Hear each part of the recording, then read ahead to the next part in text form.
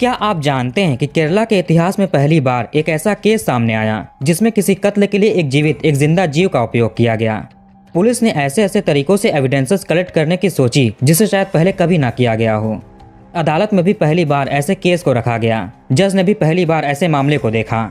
यहाँ तक कि इस केस को पुलिस ट्रेनिंग सिलेबस में भी ऐड कर दिया गया। आज की कहानी एक ऐसे केस के बारे में है जब एक सांप के काटने की वजह से पूरा राज्य दहल गया। नमस्कार दोस्तों, तो क्या हाल चाल है आपके। आज हम बात कर रहे हैं केरला के उत्थरा केस के बारे में। ये कहानी शुरू होती है भारत के दक्षिणी कोने में स्थित केरला राज्य से। इसी राज्य के कोल्लम डिस्ट्रिक्ट में आंचल नाम का एक जगह बसा हुआ है। यहीं पर एक छोटा सा परिवार रहता था। घर की बेटी थी उत्थरा। इनकी शादी हो चुकी थी। 2020 के 22 या 23 अप्रैल को उत्थरा अपने ससुराल से मायके आई हुई थी। तारीख आती है 7 मई 2020। सूर्योदय हो रहा था। धीरे धीरे सभी लोग उठ रहे थे। वैसे तो उत्थरा रोज जल्दी उठ जाती थी, लेकिन आज 7 मई को ये जल्दी नहीं उठी। इसके पिछले ही दिन यानी 6 मई को उत्थरा के पति 28 साल के सूरज एस कुमार अपने ससुराल आए थे उत्थरा से मिलने के लिए। घर की बेटी का रूम फर्स्ट फ्लोर पर था। दामाद जी भी इसी कमरे में सो रहे थे। थोड़ा टाइम हुआ तो सूरज भी जग गए और अपने कमरे से बाहर आकर यूं ही टहलने लगे, घूमने फिरने लगे, जैसा कि ये यहाँ पर आकर अक्सर करते हैं। उत्थरा अभी भी अपने कमरे से बाहर नहीं निकली। ये सो रही थी। माँ ने सोचा कि बेटी कितना सो रही है, अब इसे जग जाना चाहिए। थोड़ी देर के बाद माँ खुद अपनी बेटी को जगाने के लिए फर्स्ट फ्लोर पर मौजूद उनके कमरे में गईं। इन्होंने देखा कि बेटी बेड पर लेटी हुई है। इसका मुंह हल्का सा खुला हुआ है। लेफ्ट हैंड का लगभग आधा हिस्सा बेड के साइड में लटक रहा है और हाँ, इनका शरीर हल्का हल्का नीला भी पड़ चुका था। माँ ने जोर से दामाद को आवाज लगाया, ये आए। माँ ने पूछा, जब आप उठे तो इसे जगाया क्यों नहीं? पता नहीं ये सो रही है या बेहोश है। सूरज ने बोला, मुझे नहीं पता, मैं उठकर कमरे से बाहर चला आया था। सोचा कि इसको आराम करने दूं। अभी अभी सांप के काटने से रिकवर हुई है, इसे डिस्टर्ब क्यों करूं? उत्थरा की हालत देखकर ऐसा नहीं लग रहा था कि ये सो रही है। काफी ज्यादा टाइम हो गया था, ये कभी इतना सोती नहीं थी। माँ ने इसे जगाने की कोशिश की। पहले इसे आवाज दिया, फिर हल्का सा झकझोरा। अभी भी बेटी नहीं उठी। ये देखकर माँ डर गई, इसे कुछ हो तो नहीं गया। ये तुरंत चीख कर बाकी फैमिली मेंबर्स को बुलाती हैं। सभी लोग मिलकर उत्थरा को जगाने लगे, लेकिन ये उठ नहीं रही थी। फौरन उत्थरा को नजदीकी हॉस्पिटल ले जाया गया। डॉक्टर इन्हें देखते हैं। देखते ही ये बोले कि इनकी मृत्यु हो चुकी है। इतना सुनकर घर वालों का रोना पीटना शुरू हो गया। आखिर ये हुआ कैसे? सोते हुए ही ये कैसे मृत्यु को प्राप्त हो गई? वैसे इनका शरीर हल्का हल्का नीला पड़ चुका था।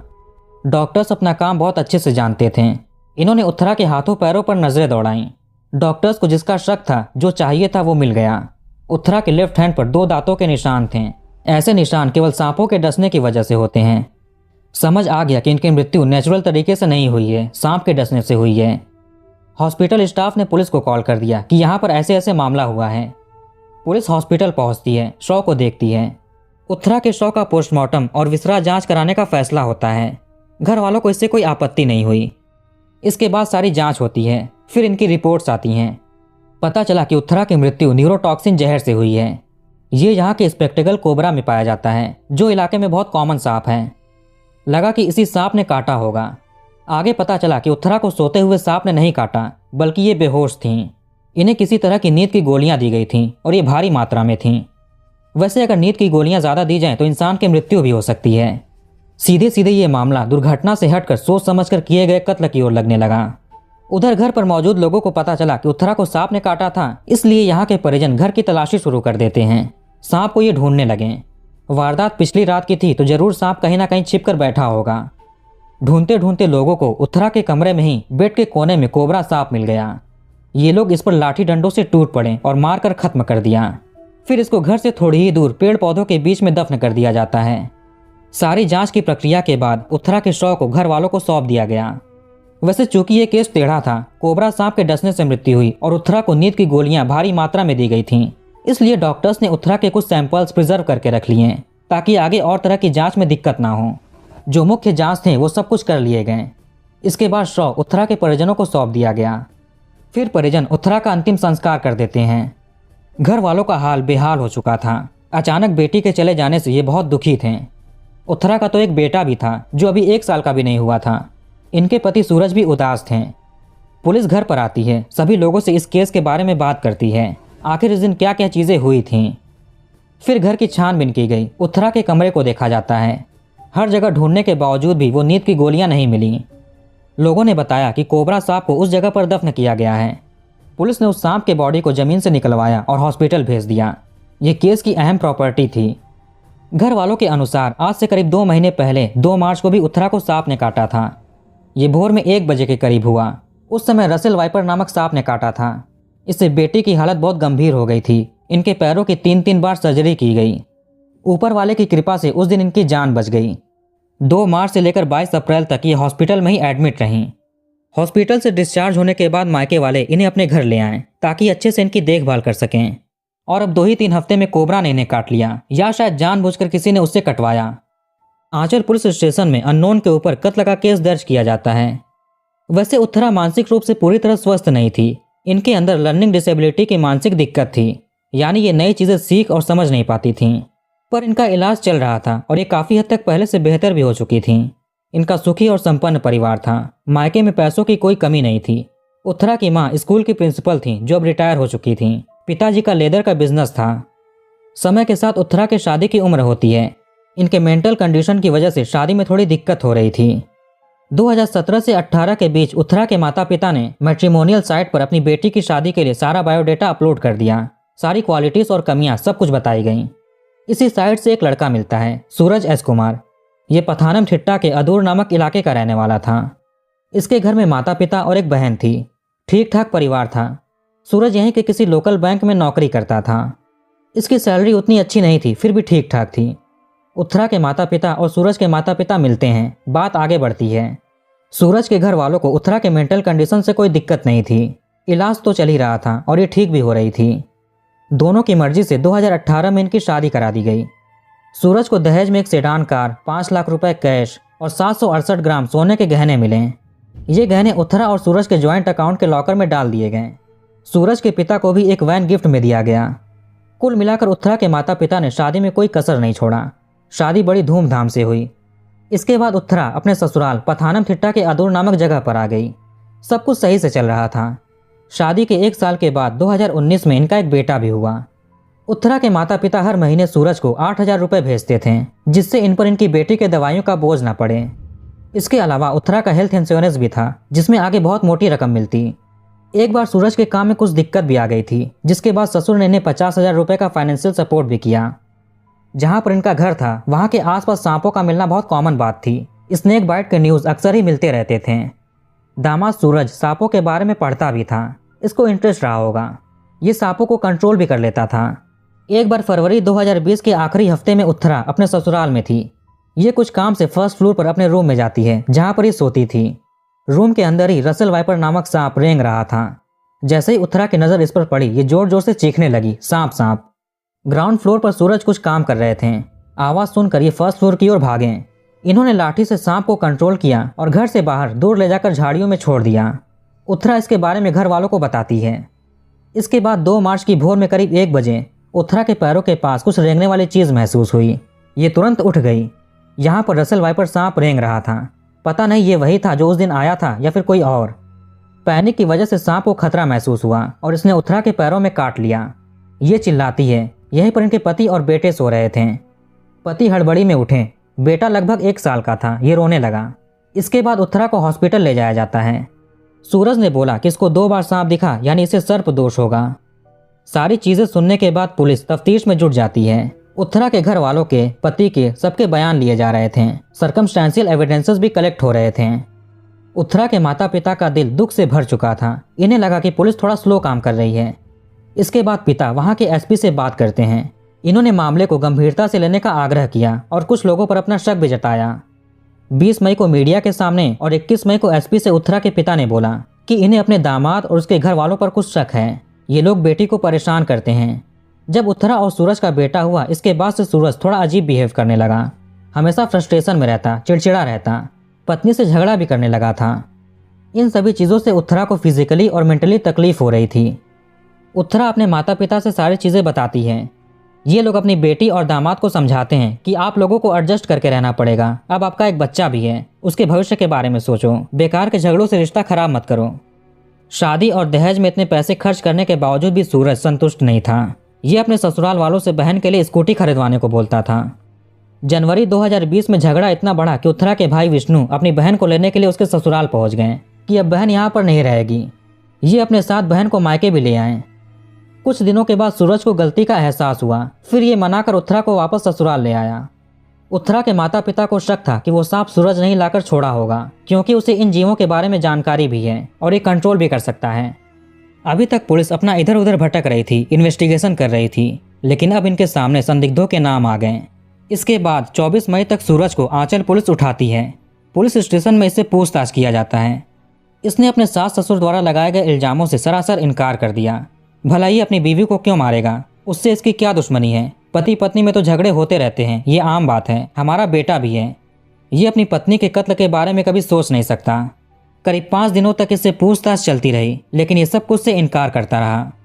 पुलिस को यह साबित करना था कि सांप ने अपनी मर्जी से उत्तरा को काटा या उसे कटवाने के लिए मजबूर किया गया। इसके पीछे किसका हाथ है? उत्तरा के माता पिता के अनुसार बेटी का रूम फर्स्ट फ्लोर पर था, जहां पर वो सो रही थी, जहां पर कोबरा सांप पाया गया। आखिर ये सांप यहाँ पर आया कैसे? दरवाजे के नीचे से नहीं आ सकता, क्योंकि यहाँ पर गैप बहुत कम है। ऊपर से वो सांप भी मोटा तगड़ा था। खिड़कियों से भी नहीं आ सकता, वो दीवार पर कैसे चढ़ेगा? दीवार की सतह बिल्कुल चिकनी थी। खिड़की भी एयर टाइट बंद थी, क्योंकि कमरे में एसी लगा हुआ था। उत्तरा के कमरे में 2 बेड थे। एक बेड खिड़की के पास था और दूसरा इसके बगल में दीवार से सटा हुआ था और बीच से आने जाने का रास्ता था। हैरानी की बात तो ये भी है कि खिड़की की तरफ वाले बेड पर उस दिन सूरज सो रहा था और दीवार के पास वाले बेड पर उत्तरा। अगर कोबरा खिड़की से जैसे तैसे आया भी हो तो ये सबसे पहले सूरज के ऊपर आया होगा, लेकिन ये इसे क्यों नहीं काटा? उत्तरा को ही क्यों काटा? सांपों के मिजाज को अच्छे से समझने के लिए पुलिस ने पता करना शुरू किया। एक्सपर्ट्स ढूंढे गए। कुछ ऐसी सरकारी संस्थाएं मिली जिन्होंने सांपों पर काफी रिसर्च किया था। कुछ फॉरेस्ट डिपार्टमेंट के लोग भी मिले, कुछ सपेरे भी मिले जो सांपों को पकड़कर जंगलों में छोड़ते थे। इन सभी लोगों से बहुत अहम जानकारी मिलती है। अगर सांप अपनी मर्जी से काटता है तो उसके दोनों दांतों के बीच की दूरी, और अगर कोई उसे गर्दन से पकड़कर कटवाए तो उसके दोनों दांतों के बीच की दूरी, दोनों में बहुत अंतर है। 180 सेंटीमीटर का कोबरा अपनी मर्जी से काटे तो उसके दोनों दांतों के बीच की दूरी 2 सेंटीमीटर होगी। अगर कोई उसके गर्दन को पकड़कर जबरदस्ती कटवाए तो ये बढ़कर 2.4 सेंटीमीटर से 2.8 सेंटीमीटर के आसपास होगी। यहाँ पुलिस की टीम सांपों के बारे में जानकारी ले रही थी, उधर एक टीम लोगों से पूछताछ कर रही थी। उत्तरा के माता पिता बिल्कुल कॉन्फिडेंस से बोल रहे थे कि इसमें सूरज का ही हाथ है, पर सूरज सारी चीजों से इनकार कर रहा था। इसे सख्ती भी नहीं दिखा सकते क्योंकि इसके खिलाफ कोई ठोस सबूत नहीं था। जो सर्कमस्टेंशियल एविडेंसेस मिले वो भी पर्याप्त नहीं थे कि इसी ने ही उस कत्ल को अंजाम दिया। इसके बाद पुलिस सूरज के कॉल डिटेल्स निकलवाती है। सूरज के पास एक कंप्यूटर भी था, उसके भी इंटरनेट सर्च हिस्ट्री वगैरह निकाले गए। सबकी अच्छे से जांच की गई। इनमें चौंकाने वाली बात पता चलती है कि पिछले 4-5 महीनों से सूरज सांपों के बारे में काफ़ी रिसर्च कर रहा है। गूगल पर सांपों की सर्च हिस्ट्री मिली, यूट्यूब पर वीडियोस देखे गए। इसमें पुलिस को एक पैटर्न दिखाई देता है कि जिस दिन रसेल वाइपर ने उत्तरा को काटा, उसके पिछले कई दिनों से सूरज रसेल वाइपर सांप के बारे में जानकारी हासिल कर रहा था, इंटरनेट पर सर्च कर रहा था। लेकिन जब घटना घटित हुई उसके बाद से उसने उस सांप के बारे में पढ़ना बंद कर दिया। कुछ समय के बाद ये वापस से एक्टिव हुआ। इसके बाद ये इंडियन स्पेक्टिकल कोबरा के बारे में पढ़ने लगा। जिस कोबरा के बारे में ये पढ़ रहा था उसी तरह का कोबरा उत्तरा को डसता है, जिसके बाद उसकी मृत्यु हो गई। घटना के बाद सूरज ने इस सांप के बारे में भी पढ़ना बंद कर दिया। सूरज के फोन में कई नंबर्स मिले, इनमें एक सपेरे का भी नंबर था जो सांपों को पकड़ता था। सूरज ने इससे जनवरी 2020 के शुरुआती दिनों में पहली बार बात की थी। इससे पहले दोनों में कभी बातचीत नहीं हुई थी। थ्योरी निकली कि सूरज ने अपनी पत्नी उत्तरा को सांप से कटवाकर कत्ल कर दिया। केरला के डीजीपी यानी डायरेक्टर जनरल ऑफ पुलिस, इनके पास भी ये बात पहुंची। इनके सामने भी इस तरह का मामला पहली बार आया। पूरे केरला राज्य में भी इस तरह का केस पहली बार हुआ। अदालत में केस ले जाने से पहले पुलिस को और भी सबूत इकट्ठा करने थे।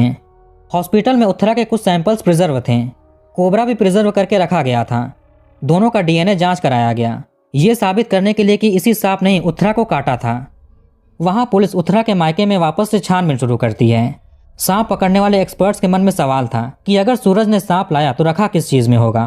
पुलिस कुछ एक्सपर्ट्स को लेकर घर की तलाशी करती है। घर के एक साइड में कबाड़ का ढेर पड़ा हुआ था। इसी में प्लास्टिक का एक जार भी मिला जिसमें कई छेद किए गए थे। एक्सपर्ट्स इसे देखकर समझ गए कि सांप इसी में रखा गया था। सावधानी से इसको निकाला जाता है। सांप को अगर इसी में बंद किया गया होगा तो उसके स्किन के कुछ टुकड़े इसी में होंगे। जार के अंदर की स्किन का भी डीएनए जांच हुआ। उधर उत्तरा का डीएनए और कोबरा के दांत पर मिले अंश का डीएनए 100% मैच हो गया। डब्बे के अंदर मिले स्किन के टुकड़े सांप के डीएनए से मैच हुआ। यानी सांप सच में इसी में बंद किया गया था। डब्बे के ऊपर फिंगरप्रिंट्स के निशान भी मिले। सूरज का फिंगरप्रिंट लेकर इससे मैच करते हैं, यह भी मैच हो गया। अब जाकर सर्कमस्टेंशियल एविडेंसेस का लिंक सूरज से मिलता है। पुलिस ने जो थ्योरी बनाई उसके आधार पर क्राइम को रिक्रिएट करने की कोशिश हुई ताकि ये समझ सकें कि सूरज ने कैसे क्या किया होगा। उत्तरा के हाइट और वेट का डमी बनवाया गया। जिस सांप ने इन्हें काटा था उसकी लंबाई 152 सेंटीमीटर थी। इसी लंबाई का सांप ढूंढते हैं।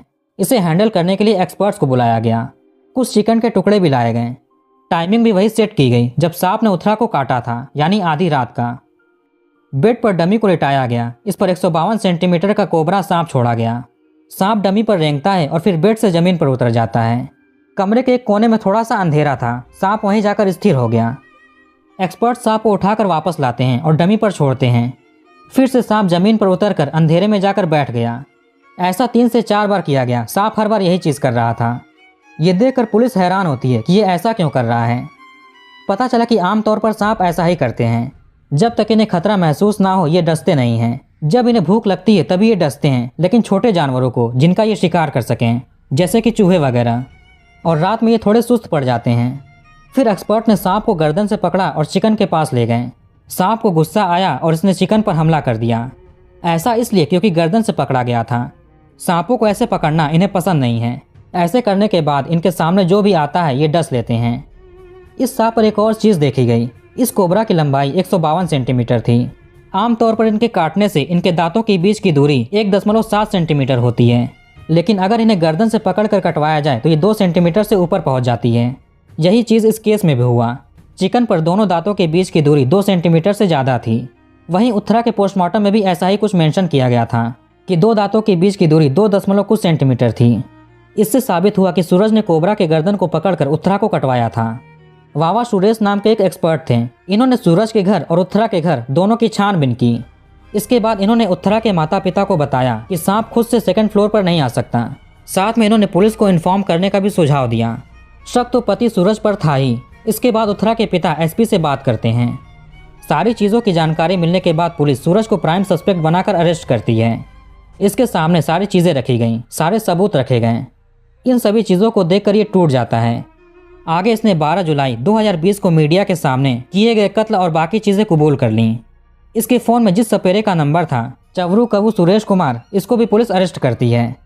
इनकी कहानी कुछ ऐसे है। सूरज एस कुमार और इसके परिवार ठहरे लालची लोग। उत्तरा के घर वाले जितनी भी चीज़ें इन्हें दहेज में दिए थे इनके लिए कम थी। सूरज को एक मानसिक रोग वाली बीवी मिली, इसे पसंद नहीं था। जबकि रिश्ता पक्का होने से पहले ही उत्तरा के परिवार ने इन्हें बता दिया था कि ऐसी ऐसी बात है। इसके बावजूद भी सूरज ने रिश्ता स्वीकार कर लिया था क्योंकि इसे ढेर सारे दहेज मिलने वाले थे। उत्तरा के परिवार ने सूरज से कहा कि कोल्लम में उत्तरा के लिए एक घर बनेगा, तुम दोनों यहीं पर आकर हमारे घर के पास रहना। सूरज के ऊपर उत्तरा के दवा इलाज का भी कोई बोझ नहीं था क्योंकि उत्तरा के माता पिता अपनी बेटी के लिए सूरज को 8,000 रुपये भेजते थे हर महीने। सूरज को चाहिए था कि इसकी सुंदर बीवी हो, पूरी तरह से स्वस्थ हो। ये ठीक से उत्तरा का ध्यान भी नहीं रखता था, टाइम टाइम से दवाई भी नहीं देता था। अगर ये चाहता तो ये डाइवोर्स देकर किसी और से शादी कर लेता, लेकिन ये ऐसा भी नहीं कर सकता। फिर इसे सारा दहेज, सारे पैसे वापस करने पड़ेंगे। इसने अब सोचना शुरू कर दिया कि कैसे क्या किया जाए, उत्तरा को रास्ते से कैसे हटाया जाए, उसकी प्रॉपर्टी इसके नाम कैसे हो जाए। वैसे इनका एक बेटा भी था। सूरज ने इंटरनेट पर अलग अलग तरीके देखे। तभी इसके सामने सांप से मृत्यु होने के आंकड़े वाला आर्टिकल खुलता है। ये समझ गया कि इसको क्या करना है। वैसे भी इसके इलाके में बहुत सारे सांप मिलते हैं और इससे बहुत लोगों की मृत्यु भी होती है। इसने इंटरनेट पर सर्च करना शुरू कर दिया कि कौन सा सांप कितना जहरीला होता है और कहाँ पर आसानी से मिलता है। इसी खोजबीन में सूरज को यूट्यूब पर सांप पकड़ने वाले का नंबर मिला। उसका नाम था सुरेश। सूरज इससे कांटेक्ट करता है। सूरज ने इससे सांपों के बारे में पूछा कि कौन से जहरीले सांप अक्सर मिलते रहते हैं। इसने बोला रसल वाइपर। अब सूरज इस पर रिसर्च करता है, जानकारी लेता है। सपेरे सुरेश को जब रसल वाइपर मिला तो ये सूरज को कॉल करके बताता है। फिर दोनों एक जगह पर मिलते हैं। सुरेश ने करीब 10,000 रुपये में सांप सूरज को दे दिया। प्लास्टिक के जार में बंद करके रसल वाइपर सांप सूरज को मिल गया। वैसे सांप की खरीद बेच इंडिया में इलीगल है। इसने इसे अपने बैग में रखा और घर आ गया। ये बात फरवरी 2020 की है। महीने के आखिरी दिनों में सूरज अपने कमरे में वो सांप छोड़ देता है। सुबह का टाइम था। उत्तरा ग्राउंड फ्लोर पर कुछ काम कर रही थी। सूरज उत्तरा से कहता है कि मैं अपना मोबाइल फ़ोन कमरे में भूल गया। उत्तरा फ़ोन लेने के लिए फर्स्ट फ्लोर पर जाती है। इसके सामने ही वो सांप रेंग रहा था। जैसे ही उत्तरा ने सांप देखा ये चिल्लाकर अपने पति को बुलाने लगी। सपेरे ने सूरज को पहले ही समझा रखा था कि कैसे कैसे क्या करना है, कैसे इसे कंट्रोल करना है। सूरज लाठी की मदद से सांप को घर से दूर छोड़ देता है, ऐसा उथरा को लगा। लेकिन सूरज इसे घर के पीछे ले जाता है और प्लास्टिक के जार में बंद कर देता है। फिर इस जार को यहीं पर छिपा दिया। 2 मार्च की भोर में सूरज उठा और सांप लेकर उथरा पर छोड़ दिया। फिर ये बेड पर सावधानी से सो जाता है। जब उथरा को कुछ अजीब महसूस हुआ तो ये उठती है। खतरा महसूस होते ही सांप ने इसे डस लिया। ये और भी जोर से चिल्लाने लगी। फिर पति उठते हैं। देखा जाए तो पति को जल्द से जल्द इसे हॉस्पिटल ले जाना चाहिए, लेकिन ये लेट करता है कि गाड़ी का इंतजाम कर रहा हूँ। 2 से 2:30 बजे के बीच इसने दोस्त को कॉल करके गाड़ी लाने को बोला। वैसे इनके घर में 2 गाड़ियां पहले से ही पड़ी हुई थीं, जो दहेज में मिली थीं, एक सुजुकी सेडान और एक वैन। लेट करते करते ये बीवी को हॉस्पिटल ले जाता है। जहर पूरे शरीर में फैल चुका था। उथरा के पैरों में सूजन भी हो गया, जिस वजह से इनके पैरों की 3 बार सर्जरी करनी पड़ी। ये 2 मार्च से 22 अप्रैल तक हॉस्पिटल में ही रहीं। इसके माता पिता जानते थे कि दामाद बेटी का ख्याल ठीक से रखेंगे नहीं, इसलिए ये लोग बेटी को मायके ले आए। उथरा का जीवन बचने के साथ ही सूरज का प्लान फेल हो गया। सूरज ने सपेरे से कॉल करके कहा कि इसे और भी खतरनाक सांप चाहिए, जिससे बचने की संभावना ना के बराबर हो। फिर से दोनों मिलते हैं। इस बार सपेरे के पास कोबरा था। 10,000 रुपये में सूरज को यह दे दिया। सपेरे को नहीं पता था कि सूरज सांप का क्या करेगा, क्योंकि इसको 10,000 रुपये मिल रहे थे। इस सांप को भी प्लास्टिक के जार में बंद करके घर लाया गया। ये वही जार था जिसमें रसल वाइपर सांप लाया गया था। कत्ल के 10 दिन पहले ही सूरज को सांप मिला। ये सांप को ना तो कुछ खिला रहा था और ना ही पिला रहा था, जिससे सांप भूखे रहे और शिकार के अंदर ज़्यादा से ज़्यादा जहर उगले, क्योंकि अब शिकार भाग गया तो सांप को खाना नहीं मिलेगा। फिर इसके बाद 6 मई को सूरज अपने ससुराल आया अपनी बीवी से मिलने के लिए। सांप बैग के अंदर एक जार में बंद था। ये बैग को उथरा के कमरे में रख देता है। रात में खाने पीने के बाद सभी लोग सोने के लिए चले गए। सूरज ने फ्रूट जूस तैयार किया और उथरा के लिए लेकर आया। ये अभी रसल वाइपर के काटने से रिकवर हो रही थी। सूरज ने पहले ही जूस में ढेर सारी नींद की गोलियां मिला दी थीं। पिछली बार प्लान फेल हो गया था और अब ऐसा ये नहीं चाहता था। उथरा सो गई। इनका बेटा अपने नाना नानी के साथ सो रहा था। जिस ग्लास में नींद की गोलियां मिली थीं उसे सूरज अच्छे से धोकर रख देता है, ताकि किसी को कुछ शक ना हो। फिर सूरज ने सांप निकाला और उथरा के ऊपर फेंक दिया। कोबरा इस पर रेंगता है और फिर जमीन पर चला जाता है। दोबारा से सूरज ने इसे उठाया और उथरा पर फेंका। कोबरा फिर से जमीन पर चला आया। तीसरी बार सूरज ने सांप को गर्दन से पकड़ लिया। अब सांप को गुस्सा आता है। फिर सूरज सांप को उथरा के लेफ्ट हैंड के पास ले गया। सांप हाथ पर डस लेता है। सूरज के प्लान में था कि पिछली बार जब सांप ने इसे काटा तो किसी ने इस पर शक नहीं किया था, इस बार भी कोई नहीं करेगा। ये प्राकृतिक घटना है तो इंश्योरेंस के पैसे भी मिलेंगे। ऊपर से ये नई शादी करेगा, अच्छी पत्नी मिलेगी और वहां से भी दहेज आएगा। ये सारी चीजें सुनकर पुलिस भी हैरान हो जाती है। आखिर कोई इतना शातिर कैसे हो सकता है? सूरज का तो कोई क्रिमिनल बैकग्राउंड भी नहीं था। आगे पुलिस ने 1000 पेजेस की चार्जशीट बनाई। सेशन कोर्ट में मुकदमा शुरू हुआ। करीब 90 लोगों ने अपनी गवाही दी। सांपों के बारे में हर तरह की जानकारी पेश की गई, सबूत सामने रखे गए। सारे टेक्निकल एविडेंसेस, सर्कमस्टेंशियल एविडेंसेस सब कुछ रखे गए। साबित ये करना था कि सांप ने इसे अपनी मर्जी से नहीं काटा, बल्कि काटने को मजबूर किया गया। वो जो सपेरा सुरेश कुमार था जिसने सांप बेचे थे, वो सरकारी गवाह बन गया। सूरज के ऊपर आईपीसी की धारा 302 कत्ल करने, 307 कत्ल करने की कोशिश सहित धारा 308, 201 और 328 लगे। अक्टूबर 2021 में सेशन कोर्ट ने सूरज को 2 उम्र कैद, 17 साल की जेल और 5 लाख का जुर्माना लगाया। पहले धारा 328 यानी जहरीले पदार्थ से हर्ट करने और 201 सबूत मिटाने के तहत 10 और 7 साल की जेल होगी, यानी 17 साल। इसके बाद उम्र कैद लागू होगा, यानी अब सूरज जिंदगी भर जेल में रहेगा। वैसे ये case rarest of the rare case में शामिल किया गया, फिर भी फांसी की सजा इसे नहीं हुई। इसकी तरफ से बात रखी गई कि इसकी उम्र केवल 28 साल है, कम उम्र है और पास्ट में भी कोई क्रिमिनल रिकॉर्ड नहीं है, इसलिए इस पर थोड़ी नरमी बरती जाए। उथरा के माता पिता इस फैसले से संतुष्ट नहीं हैं। उनके हिसाब से सूरज को उम्र कैद नहीं बल्कि मृत्यु दंड मिलना चाहिए। 2 मार्च को जब रसल वाइपर ने उथरा को डसा तो इसके डसने से पहले सुबह में ही सूरज बैंक जाकर सारा गहना निकलवा लिया, क्योंकि ये जानता था कि आज बीवी की मृत्यु होगी। सूरज के पिता के ऊपर गहने चुराने और सबूत मिटाने के आरोप लगे।